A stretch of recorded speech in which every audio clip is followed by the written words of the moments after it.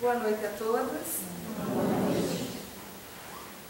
Nós trouxemos então uma pesquisa sobre esse livro Reconstruindo Emoções para esta noite. É um livro, uma obra de uma mulher chamada Nise da Silveira.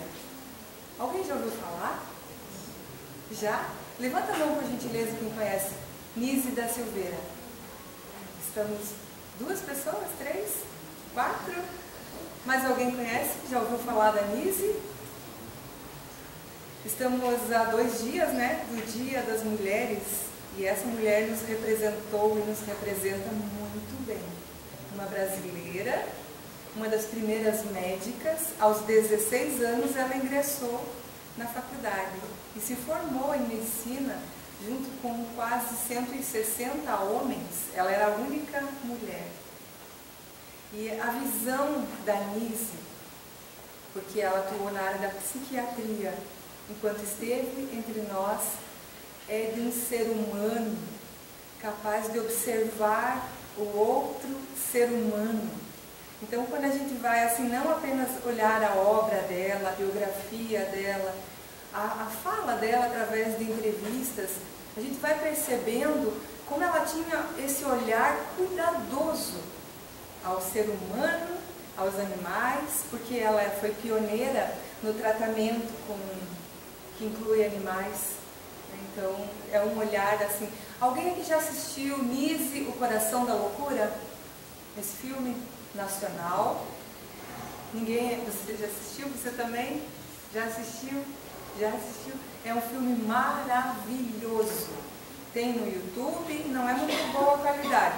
E tem no Netflix, se alguém tiver interesse em assistir, Nise, O Coração da Loucura. Conta um tanto da história dela. Ali a gente pode... É um filme bem dramático, porque ela pegou um período da psiquiatria em que aconteciam coisas horríveis dentro desses espaços. O ser humano tratado como, não como um ser humano. Então essa é a Nise da Silveira. A Iracy Campos Noronha, ela atua no Rio de Janeiro e ela é a médium que recebeu da Nise, desencarnada em 1999. Então depois de algum tempo no plano espiritual, ela volta através da psicografia da Iracy e nos traz esta obra que está ali na tela, Reconstruindo Emoções. O que será que nós somos? Porque quando a gente vai ler Lázaro lá no Evangelho, segundo o Espiritismo, Lázaro coloca instinto, A gente tem 3 etapas: instinto, sensação e sentimento. Em que estágio será que nós estamos? Será que a gente está na fase do instinto? O que vocês acham? Somos instinto ou não somos? Somos ou não somos instinto? Nem um pouco. Somos sensação quanto? Sentimento, quanto que nós somos? Bastante? Porque o Lázaro lá no Evangelho vai falar que quando a gente estiver purificado, a gente vai ser sentimento. E o amor é o requinte do sentimento. Então, dá para entender que a gente está mais ou menos entre uma coisa e outra. A gente está assim, a gente tem instinto, a gente tem sensação bastante, e a gente está começando a experimentar sentimento. A gente sente, a gente ama, ou a gente odeia. Esse sentimento não é bom, Mas esse sentimento aí não faz parte da purificação do espírito. Então, nesta obra, vamos apresentar rapidamente ela para a gente poder falar do que nós sentimos maior necessidade, que é das nossas emoções, de como reconstruir emoções. Ela tem a abertura da obra, é do Dr. Sérgio Luiz Lopes. Conhecem? Ele é um médico, psiquiatra, conhece? Ele é da AME, do Rio Grande do Sul. É maravilhoso ouvir ele, você conhece? Ouviu ele na internet, muito bem. construção da obra começa com ele. E ele vai dizer para nós assim, que para organizar o próprio pensamento, o indivíduo necessita, primeiro, ajustar a sua emotividade. Predomina no ser humano a dimensão emocional. Então ele está afirmando aqui que o que predomina em nós é essa emoção. Somos movidos à emoção. A criatura humana é a materialização do espírito. Parece tão óbvio, né? A criatura humana é a materialização do espírito imortal, que estagiou em todos os percursos que o antecederam. A nós espíritas, isso é tão óbvio, mas a nós espíritas, muitas vezes, parece que a gente ainda não entendeu isso, porque a gente age com personalidade, a gente age naquele momento sem se ver como um espírito imortal. Então, esse é o momento das sensações, que nós estamos ainda estagiando. Somos filhos dos instintos e carregamos em nós todas as marcas da animalidade predominante em relação aos potenciais que, adormecidos, clamam por serem descobertos e revelados. Ele está falando do que o Lázaro fala lá no capítulo 11 do Evangelho, quando ele vai falar da lei de amor. O que Lázaro coloca lá? Os instintos são a germinação e os embriões do sentimento. Trazem consigo o progresso, como a bolota oculta o carvalho. Os seres menos adiantados são os que, libertando-se lentamente de sua crisálida, permanecem subjugados pelos instintos. Então, o que ele quer dizer? Depende do estágio evolutivo em que a gente está, a gente ainda é mais instinto do que sensação, sentimento. Depende do estágio em que a gente está. Por isso que a doutrina sempre nos convida que a gente tenha empatia com todas as pessoas que a gente convive, encarnados e desencarnados, que a gente tenha empatia, porque cada um está num estágio. Nós não estamos todos, embora, né, que estamos num planeta de provas e expiações, temos mais ou menos o mesmo grau evolutivo, mas cada um tem a peculiaridade, né? Assim, cada um é único. A maneira das folhas lá fora, que não tem nenhuma igual, né? Nós somos assim também. Então, quando ele fala a bolota, alguém já viu essa árvore carvalho? Conhecem essa árvore? É gigantesca. Ela tem uma frutinha pequenininha, assim, que está desenhada ali. Né? Então, essa bolota pequenininha oculta o carvalho, que é gigantesco. Então, ele faz essa comparação, lembrando a gente que nós somos gigantes, né? Nós podemos, como Jesus falou, tudo que eu faço e muito mais. Olha o nosso potencial. Né? Quando o Sérgio Luiz Lopes fala que a gente está ali com aquilo adormecido, clamando, mas está tudo em nós. Né? Está tudo o ingerme em nós. Basta que a gente encontre um caminho para desenvolver tudo isso. E aí uma curiosidade. Os antigos sacerdotes celtas, os druidas, se reuniam nos bosques de carvalho. Eu achei interessante essa curiosidade, né? Principalmente sobre os druidas. Uma das interpretações para a palavra druida é a de que significava conhecimento do carvalho. E o carvalho era a árvore sagrada dos celtas. Apenas como curiosidade para a gente. E prefaciando a obra, nós encontramos a Joana de Ângeles ditando uma mensagem através do nosso querido Divaldo. O texto é longo e a gente só retirou um pedacinho para compartilhar. Até para deixar todo mundo curioso para ler. Eu não sei se alguém aqui está precisando de uma consulta com um psiquiatra, um psicólogo. Esta obra é uma verdadeira consulta com um psiquiatra. Porque a Nise, como psiquiatra, ela não só coloca os transtornos que se encontram em nós, todos, mas ela também faz a terapia de apoio. ela faz um convite à meditação, à visualização em cada transtorno. Então a gente vai ler rapidamente sobre o que acontece e depois ela traz a terapia de apoio. Ela nos convida a fazer exercícios para a gente ir aprendendo a lidar com as nossas emoções. É bem interessante essa obra. E se alguém tiver responsável pela biblioteca na casa e se tiver interesse, dá para ver até na própria casa para adquirir a obra. Mas não estou aqui fazendo promoção de venda, não ganho nada com isso, só porque eu mesma amei essa obra e ficaria feliz de ouvir que alguém gostou também. Tá, então vamos com a Joana. Este mundo rico de belezas, desenhado pela divindade e trabalhado pelo engenho humano, vive torpes ameaças do desequilíbrio emocional, que toma conta da humanidade. O vazio existencial, por falta de idealismo que transcende o imediato, atira-o em enfermidades psicossomáticas ou infectocontagiosas, destacando-se as degenerativas, cardiológicas e emocionais. Então a Joana vai nos apresentar realmente um caso de calamidade, nas situações de transtornos. A gente sempre acha que, adentrando a casa espírita, principalmente se envolvendo na obra, na causa da seara espírita, está tudo bem com a gente.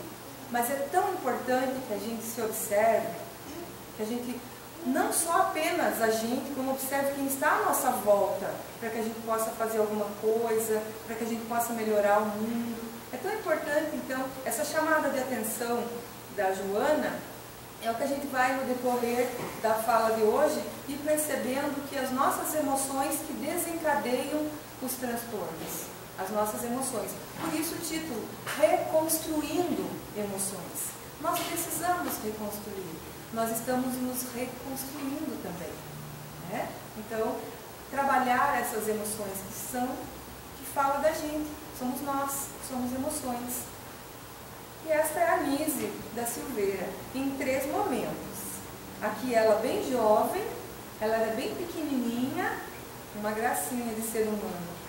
Ali na foto do meio é ela no espaço onde ela trabalhava, que ela não aceitava as práticas e ela foi colocada numa terapia de apoio dentro daquele hospital psiquiátrico, onde ela encontra aquele hospital em Pandarecos e reconstrói tudo aquilo de uma forma muito humana.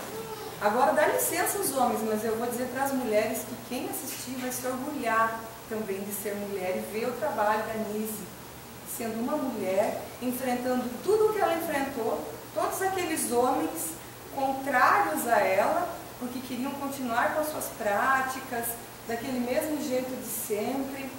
Então, é de dar muito orgulho mesmo para a gente. Ela então nasceu em 1905 e desencarna no dia 30 de outubro de 1999. Bem já de idade, 94, eu acho. Ela foi uma renomada médica psiquiatra brasileira. Ela estudou na escola de Carl Jung e ela, então, ali ela pôde aplicar muita coisa de Jung também, então atuando junto. No filme a gente vai perceber que ela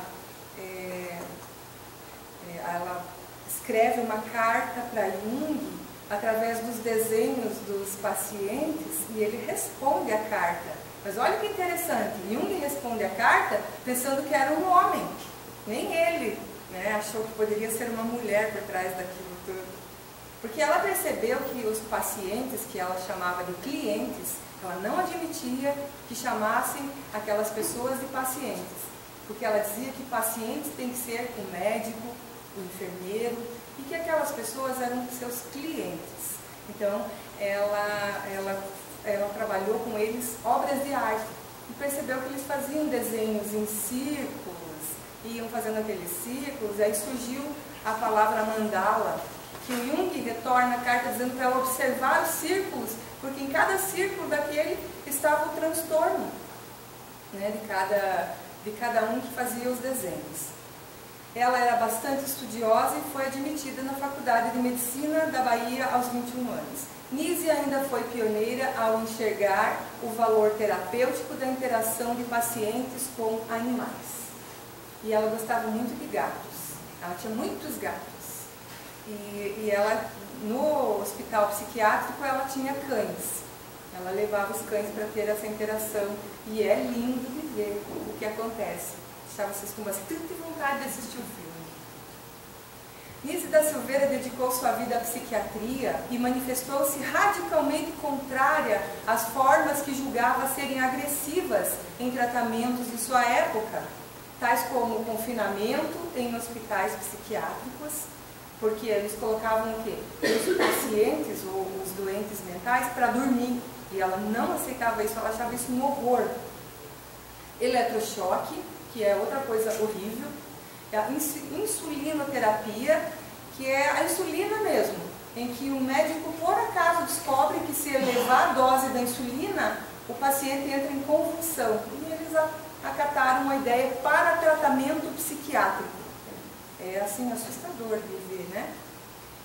E a lobotomia, não sei se todos já ouviram falar, mas nós temos os lobos, né, no nosso cérebro. A lobotomia nada mais era do que o médico desconectar um dos lobos do cérebro para que a pessoa não tivesse mais, né, os registros, as emoções, e aí ela ficava calma, mas ela também, né, é muito chocante tudo isso.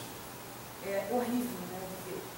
Ali tem imagens até, né, do que era feito e do que, se Deus quiser, jamais vai voltar a acontecer. Essa é a Iraci, junto com o nosso Divaldo.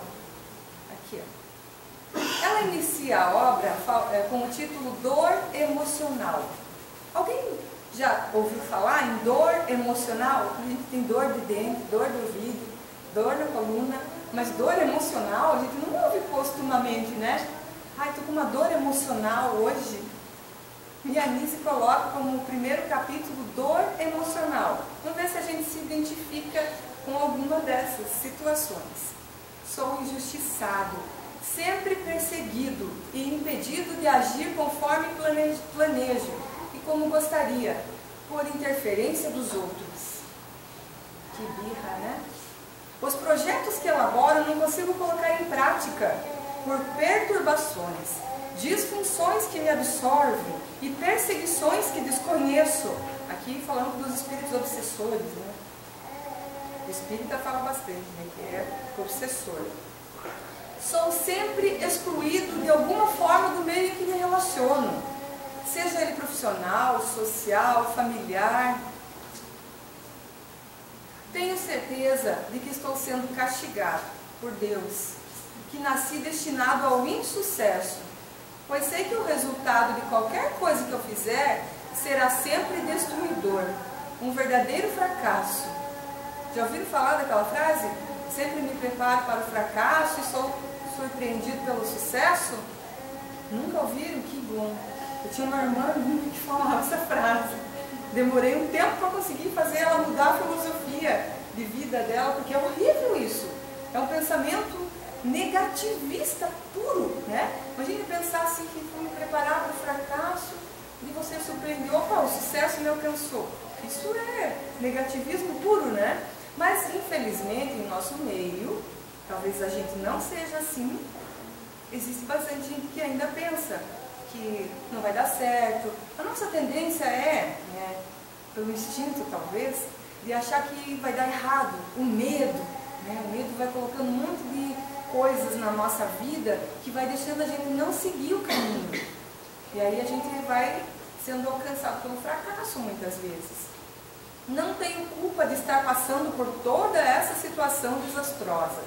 Essa fala não pode ser do espírita, que admite que não nascemos no berço.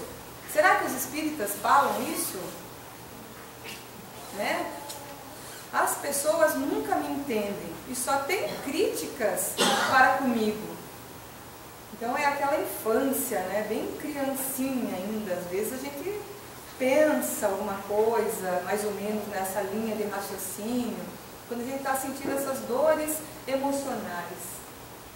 Vocês conseguem ver na imagem aqui pequena alguma... o que vocês estão vendo? Pássaros, somente pássaros. O rosto de uma pessoa. Ai, vocês conseguiram ver o rosto, viu? Talvez quando eles fizeram o livro, eles pensaram assim, vamos lembrar eles que a gente pode deixar que os urubus, aqueles pássaros lá voem pela nossa cabeça, mas a gente não pode deixar que eles construam um ninho, né? Aquela frase assim que às vezes eles passam, né? Mas a gente deixando eles se achegarem demais, a gente vai, talvez, né? Mas eu achei linda essa imagem, por isso que está aqui, é a capa do livro. Na capa do livro fica difícil perceber, na imagem grande também, mas na imagem menorzinha é mais fácil de ver o rosto, né? Então, fatores emocionais são os principais agentes indutores na mutação do DNA, propiciando a cura ou o desencadeamento de doenças orgânicas. Então, tudo isso que a gente sente quando a gente está infeliz, magoado, chateado, rebelde, então são esses fatores emocionais. E eles são os principais agentes que mudam o nosso DNA. Isso a gente já ouviu falar bastante no DNA, não é verdade? Eu acho que não tem ninguém aqui que nunca ouviu falar DNA. E tem uma palavra bem complicada de ler, mas a gente vai tentar.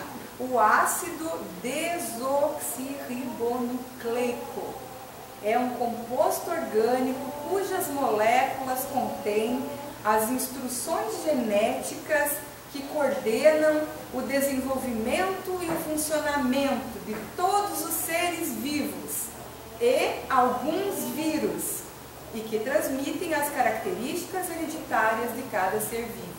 Isso é o DNA. Então, até vírus, alguns deles têm DNA. Que interessante, né? Então, ele muda conforme as nossas emoções. Olha que responsabilidade a nossa, né? E foi feita ressonância magnética e foi descoberto que o cérebro compartilha a mesma área quando está passando por uma dor física ou uma dor emocional. Então, o nosso organismo vai reagir da mesma forma. Se a gente estiver passando, por exemplo, por um tumor que dói muito, né, quando a gente está com um problema mais sério, então a gente tem muita dor. Mas a dor emocional, que a gente iniciou falando que poucas pessoas falam, eu estou com uma dor emocional aqui. Ela também manifesta e ela vai aparecer significando dizer que a ciência comprova o que está na obra, o que a própria doutrina espírita nos diz, que a matriz está no espírito. Passa pelo nosso corpo fluídico, que é o revestimento do espírito, que chamamos perispírito, e vai desaguar no nosso corpo físico. Então, é importante que a gente cuide dessas emoções. Daí a angústia é uma dor emocional. Quem de nós nunca sentiu, né? Aquela coisa ruim. O que acontece? A dor emocional cala fundo e a boca se fecha, negando o direito da mente de se expressar, de sentir. Então a boca fica quietinha, a dor está lá, latejando, mas a gente prefere não falar, não tentar se comunicar com alguém expressando essa dor. Às vezes a gente não faz isso porque prefere, como a gente não tem uma conduta ainda segura na questão da educação, a gente prefere silenciar. Às vezes a gente silencia por vergonha mesmo. Porque eu vou compartilhar com alguém que eu estou sentindo, por exemplo, inveja, né? Por que eu vou contar para uma pessoa? O que ela vai pensar de mim se eu falar isso para ela? Então a gente cala, mas a gente fecha a boca e a gente está negando o direito da mente de se expressar. Mas o barulho todo está lá dentro. E o que vai acontecendo então, né? Quebra a resistência corpórea e aciona uma válvula de escape. Um órgão de maior vulnerabilidade, quer dizer, mais frágil, genética ou fragilidade adquirida. Por quê? Porque às vezes a gente já tem predisposições desde pequenininho, né? A gente já tem uma certa debilidade em alguma coisa. E às vezes a gente adquire pelos maus hábitos nossos. Nascemos saudáveis, mas temos muitos maus hábitos e adquirimos. Então tem essas duas formas. E o que vai acontecer então quando estamos angustiados? Várias formas de fuga a gente vai encontrando, tentando anestesiá-la pelo maior tempo possível, como se a gente estivesse dando umas gotinhas de analgésico. A gente vai buscando as fugas, que são elas, né? Saborear guloseimas, compulsão pelo trabalho, jogos, compras, redes sociais. Será que a gente está experimentando tudo isso? Contrair vícios como álcool, fumo, cigarro, as drogas. Vamos colocar aqui um vício terrível, a maledicência. Né? É o tal do fofocar do outro. Tem gente que diz que é uma crítica construtiva, mas a pessoa nem está presente, né? Fofoca mesmo, né? Então tudo isso são vícios nossos. Não adianta querer justificar porque são vícios, né? É a busca do prazer em um estado transitório. Infelizmente a gente vai...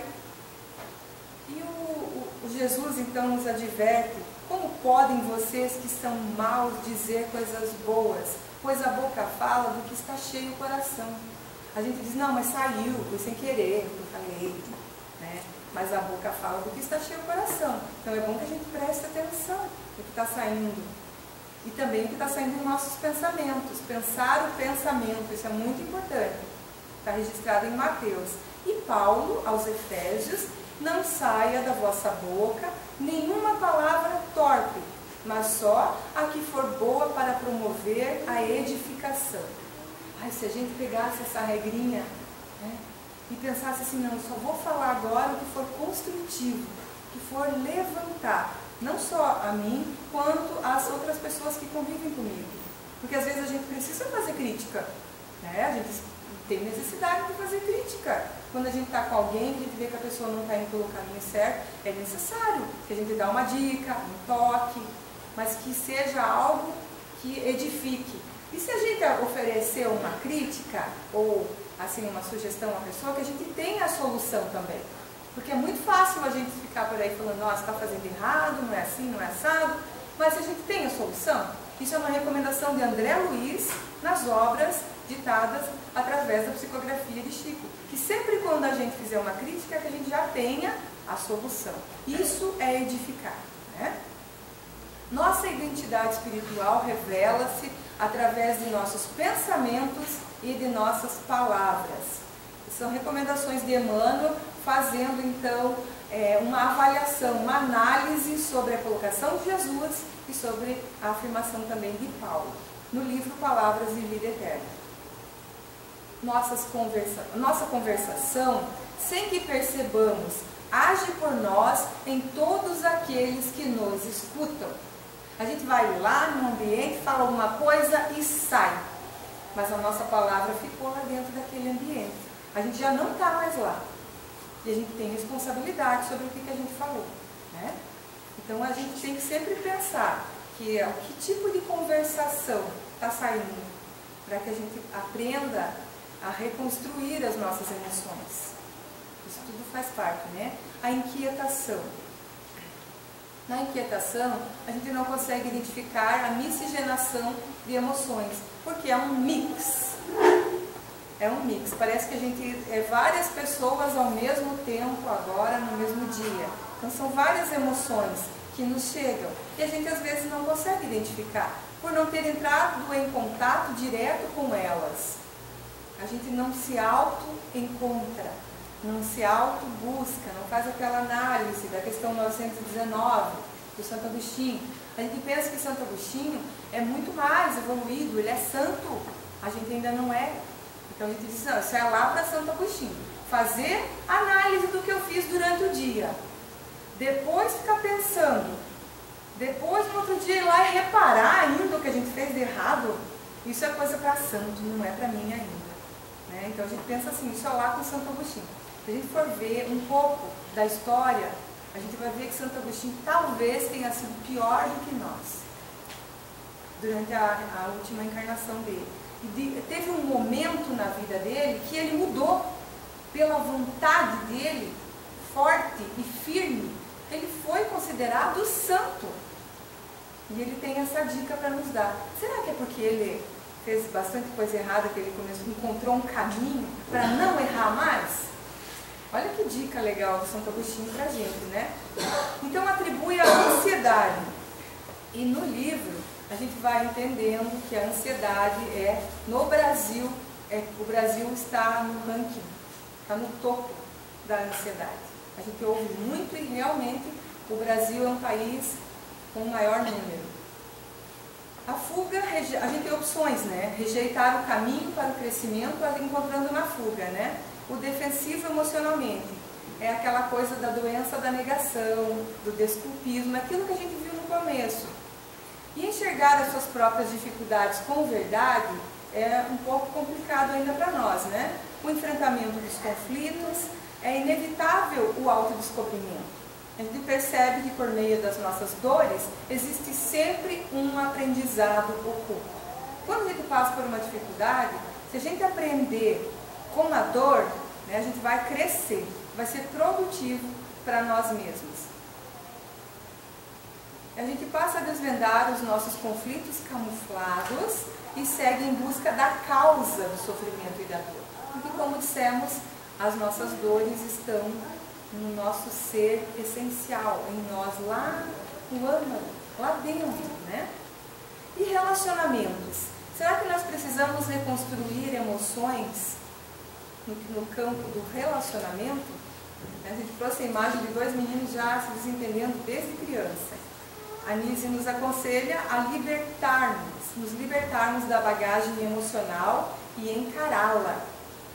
Porque a gente vem lá de uma família conturbada, aí a gente começa a estudar a doutrina espírita, a gente pensa assim, não, agora eu já estou bem, né? Eu já posso até aplicar passe porque eu estou bem.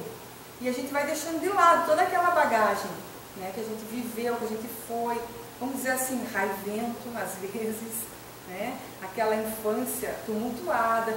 E eu tenho quase certeza que a maioria de nós aqui passou por uma infância, uma juventude, com conflitos, com dificuldades, com parentes difíceis, porque estamos aqui todos mais ou menos parecidos. Então a gente traz isso. É importante que a gente volte, dê uma encarada em tudo isso, observe o que a gente está fazendo hoje. Será que tem a ver com o que eu vivi na infância? Tem, né? Tem a ver com o que a gente viveu na infância, com nossos traumas, com coisas mal resolvidas. É esses encontros que a gente deve fazer. Então é um mergulho interior para identificar as emoções que ficaram travadas, os desafios não superados pela dor, as alegrias sufocadas, o coração fragmentado e amofinado, quer dizer, triste, a ser recomposto. Dentro de nós tem um coração assim, que precisa ser recomposto. Mas a gente com essa correria toda, envolvimento com a matéria, envolvimento com a sociedade, com a família, às vezes a gente deixa de lado essas coisas. São oportunidades nossas. A gente vai encontrar um momento em que a gente pode fazer isso. Admitir que a dor é somatizada, quer dizer, ela vai acumulando. Há situações vivenciadas em relacionamentos que a gente tem rotulado como únicos agentes dessa dor. Num relacionamento, quando a gente discute com alguém, a gente não está discutindo, como diz o Haroldo, por coisas essenciais. As discussões geralmente são por coisas fúteis, são por coisas assim, detalhes, que a gente fica desgastando a nossa energia, querendo falar que nós estamos com a razão, por coisas que a gente não observa. E a gente pensa, mas por que eu estou discutindo por isso? Então, a gente vai aprendendo com a doutrina espírita que nós somatizamos tudo isso. Isso é um acúmulo, às vezes lá da adolescência, da infância, e às vezes passa para as outras vidas nossas, que nós nos reencontramos aqui, e aí nós queremos jogar rapidamente aquilo que estava travado em nós dessa forma, querendo, né, jogar. E aí a gente chora, não é verdade? O que vocês acham? Chorar é bom? Não apareceu lá ainda. Mas chorar é muito bom. Porque libera emoção que alivia o estresse. Por que a criança instintivamente chora? Ela sabe disso. Mas o adulto cresce e fica orgulhoso e não quer mais chorar. Porque imagina que eu vou chorar aqui, alguém vem e fala alguma coisa horrível pra gente, a gente se segura e não chora, né? Eu não vou chorar. Ou então a gente está com tanta raiva do que a gente ouviu, que diz, não, é desaforo chorar, não vou chorar, né? E, no entanto, o choro é tão saudável pra gente. Alivia o estresse, libera ocitocina, que é um hormônio poderoso, a noradrenalina e a adrenalina. Olha quanta coisa boa que o choro vai... Quem que não sente alívio quando chora, né? Passa aquilo, né? Passou. Ele tem um efeito analgésico e a sensação de leveza no corpo. Vamos chorar? Não é bem assim também, né? E o exagero? Imagina, a gente começa a chorar lá e fica 2, 3 dias chorando, sem parar. Então o que vai acontecer? Uma intoxicação pelos pensamentos negativos, deprimindo ainda mais. Aí já é o contrário, né? Não pode chorar demais. Chorou, levantou, saiu e deu a volta por cima. Essa é a recomendação.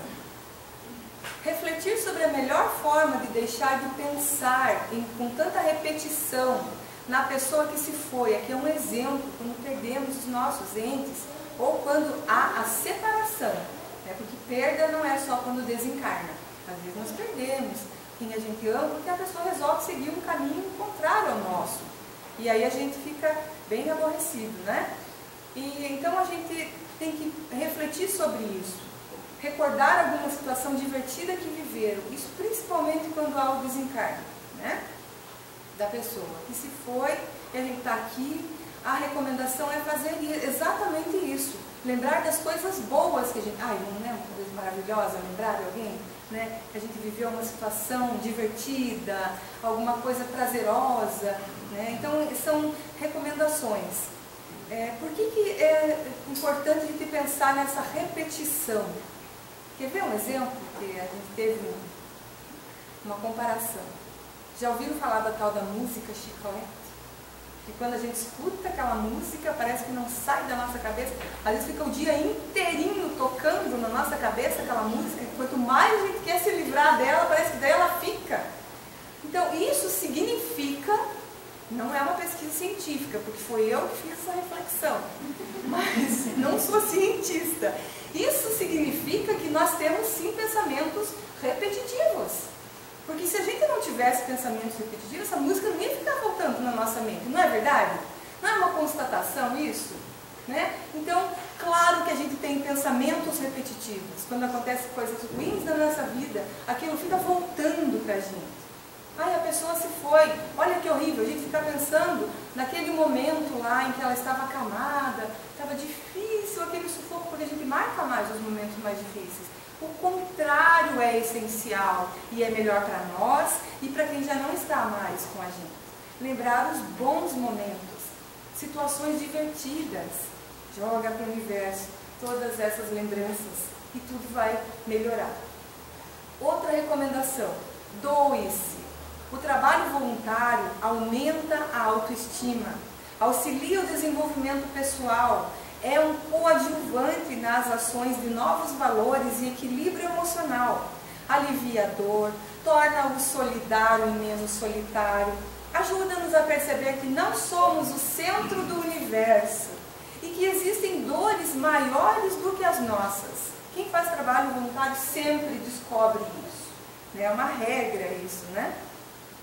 E que, olha que importante isso, e que somos a luz que Deus acendeu para brilhar na escuridão como uma oportunidade na vida de muitos que nunca enxergam a luz. Quando a Anísio coloca essa frase, muda toda a visão sobre a gente se doar para os outros. Ter a oportunidade de ser a luz aonde a pessoa não está conseguindo enxergar. Que maravilha! Então, a gente se vendo assim, né, faz toda a diferença.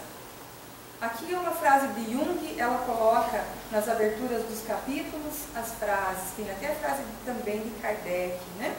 Mas a gente escolheu a de Jung. O que negas te submetes, e o que aceitas te transforma. Não adianta a gente negar, né? A gente vai aceitando. Aí ela vai tratar do adultescente, não sei se você já ouviu falar nesse novo transtorno, que é o adulto que não conseguiu deixar de ser adolescente, então ele é um adultescente. Ele ainda quer voltar, né? Não fechou os ciclos e ainda está rebelde. Já está com 40 anos e ainda está, né? É o adultescente. Se vocês pesquisarem na internet, lá no Google, vão ver que tem bastante matéria sobre isso. É preocupante. Aí tem esses Nicolaus aqui, ele é do Instituto Max Planck de Ciências Cognitivas e do Cérebro, ele é da Alemanha, e ele fez a pesquisa dele e ele prova que todo bebê já nasce egoísta. A gente já vê isso, que o bebê é egoísta, né? Por isso nós temos então um comprometimento quando temos bebês, né, com os bebezinhos, da importância de ensinar, de educar, de dar limites, para que eles não sejam adultescentes depois, né?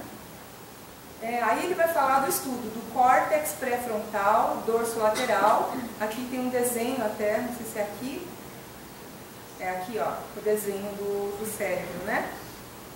Ele é responsável pelos impulsos e autocontrole. E no recém-nascido, ele é demasiadamente imaturo ainda. Aí tem as fases, que até os 6 anos se desenvolve lentamente, até 6 meses ele não tem a percepção de que foi desatado do útero da mãe, e a mãe também tem essa percepção, né, que ainda o bebê não foi desatado, né? Ele e a mãe são um só, esse é o entendimento do bebê, e ele vai a todos os colos, e é verdade, né? A partir dos 6 meses ele começa a estranhar, é a fase da angústia da separação. Olha por tudo que nós já passamos nessa vida. Ele tem ciúmes de pessoas próximas, não quer dividir brinquedo, monopoliza o espaço onde brinca como se fosse o reizinho do local. Ainda agora, né, tá na moda as coroas, né? Piorar a situação. Ai, faz coroa, é o príncipe tal, a princesa tal. Não, é errado, é bonitinho, tá? Mas é um problema. Qualificar e redirecionar o orgulho enfrentando. Fazer tudo isso. Reconstruindo emoções. O que mais a gente pode fazer para reconstruir, então, as nossas emoções? Olha uma dica. Conversar com alguém sobre os seus projetos de mudança. Motivará a focar seus pensamentos no êxito esperado. Então a gente chega e conta para alguém, olha, eu estou muito afim de ser menos vaidosa. E declara isso para alguém. A partir do momento que a gente declara isso para alguém, que já tem um comprometimento, não só com a gente mesmo. Enquanto a gente está falando para a gente mesmo, a gente vai se auto-boicotando, vai empurrando com a barriga, porque somos brasileiros. Agora, se a gente comunica alguém do nosso propósito, alguém já está sabendo. E aí o negócio começa a ficar, né, mais pesado. Bom que a gente... Então essa é a dica da Nise, que a gente compartilhe um desejo nosso. Né? Isso aí vai nos motivar a focar.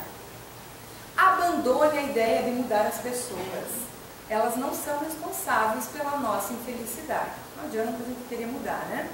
Solicitar apoio às pessoas que convivem com a gente, assumindo responsabilidade, a decisão de se modificar. Isso já é parecido com o que a gente colocou ali em cima. Abster-se de supervalorizar certas ocorrências da nossa jornada, sejam elas boas ou ruins.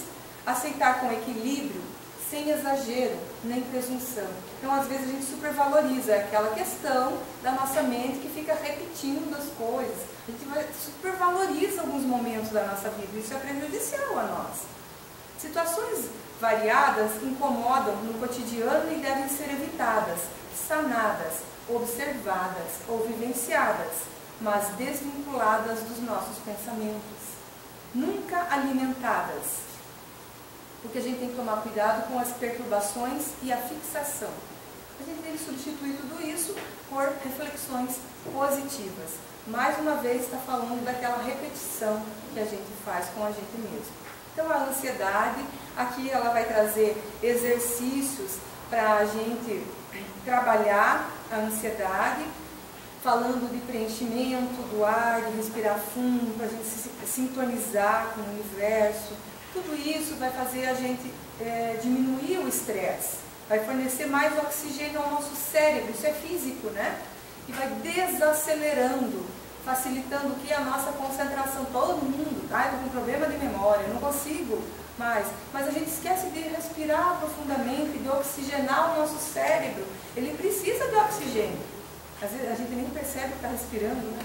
Porque é automático, então a gente nem liga para isso. E é tão importante a gente respirar profundamente, deixar que a barriga se estufe, igual o bebê faz, porque se a gente observar o bebezinho respirando, a barriguinha dele sobe e depois a barriguinha dele volta ao normal. A nossa não, a gente quer manter a postura, então a gente fica sempre com a barriguinha, né? Não posso respirar profundamente, senão vai estufar minha barriga. E a gente esquece de respirar de forma adequada, ventilar o nosso cérebro, a importância de nos cuidarmos, produzir positividade. E aqui apresentando o recurso que a Casa Espírita oferece, através da fluidoterapia, da água fluidificada, o passe que recebemos, a entrar nessa casa, numa casa assim, em que tem um trabalho muito sério por trás de tudo isso que os nossos olhos enxergam da espiritualidade. É um recurso coadjuvante ao alívio da ansiedade. A transfusão biopsicoenergética atua nos nossos centros de força, chamados de chakras, reajustando o equilíbrio psicofísico, físico-psíquico, imposição das mãos, transmissão do magnetismo humano simultaneamente com as energias espirituais, que é o passe misto, que a gente chama, que a casa oferece, né? Ele tem um efeito calmante sobre o nosso sistema nervoso, desde que façamos a nossa parte, né? Que a gente esteja com o nosso pensamento ali também, não pensando lá que eu vou encontrar na janta, né? Reduzindo a tensão muscular e interrompendo as contrações. Então ele está assim, a gente vai receber o passe, a gente vai, né, diluindo a sensação de constrição, que é aquela pressão, e as obstruções, que são os bloqueios. Então a gente vai, a Casa Espírita oferece tratamento para ansiedade dessa forma. Olha que interessante, não precisa nem de terapia. E outra recomendação, sorria sempre. O André faz isso, ele fala sorrindo, né? Sorria sempre. É um remédio salutar para... Ele sabe disso, que é um remédio salutar para o estresse. Mesmo que tenha que se esforçar para isso, sorriam. Agora eu posso pedir para você sorrir. Chorar estava difícil, mas sorrir, mesmo que a gente tenha que se esforçar para isso. Vamos sorrir, né? Em homenagem a Nise, os gatinhos. A gente tem que buscar esse caminho através, então, de tudo isso que a gente falou. A Casa Espírita oferece os livros, o estudo das obras, o caminho iluminativo, utiliza o benefício das terapias espirituais e energéticas, a fim de reestruturar as forças físicas, mentais, espirituais, dos recursos emanados da água fluidificada, dos passes, mais uma vez falando, os estudos psicoespirituais, que é o caso dos estudos na Casa Espírita. Eles nos auxiliam a aplicar os mecanismos de reparação, superação e equilíbrio. Na constituição física se expressam as emoções, que se deparam abafadas na alma e carecem libertas e suavizadas. Esse é o nosso trabalho. Nos diz a Nise que há 10.000 modos de pertencer à vida e de lutar por sua época. Ela fez todo esse trabalho, a Nise. E nos lembra também em sua obra, águas que passaram por ti na correnteza da vida, não passarão por ti novamente. Absorva a água cristalina, que te brinda a vida com novas oportunidades. A maneira da água nunca vai ser a mesma, é sempre outra. Essa chuva que cai, vai ser sempre outras gotículas que caem, né? Então, a gente deve aprender assim, que as águas que passaram, passaram, né? A gente tem que aprender a absorver a água cristalina, beber dessa fonte do Evangelho do nosso divino e amado Mestre Jesus. Possuímos em nós mesmos, pelo pensamento e a vontade, um poder de ação que se estende muito além dos limites da nossa esfera corpórea. Nós possuímos.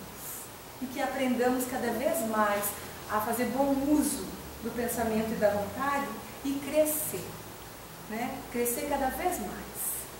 Muito obrigada pela atenção de todos e que Jesus nos abençoe. Muito obrigada.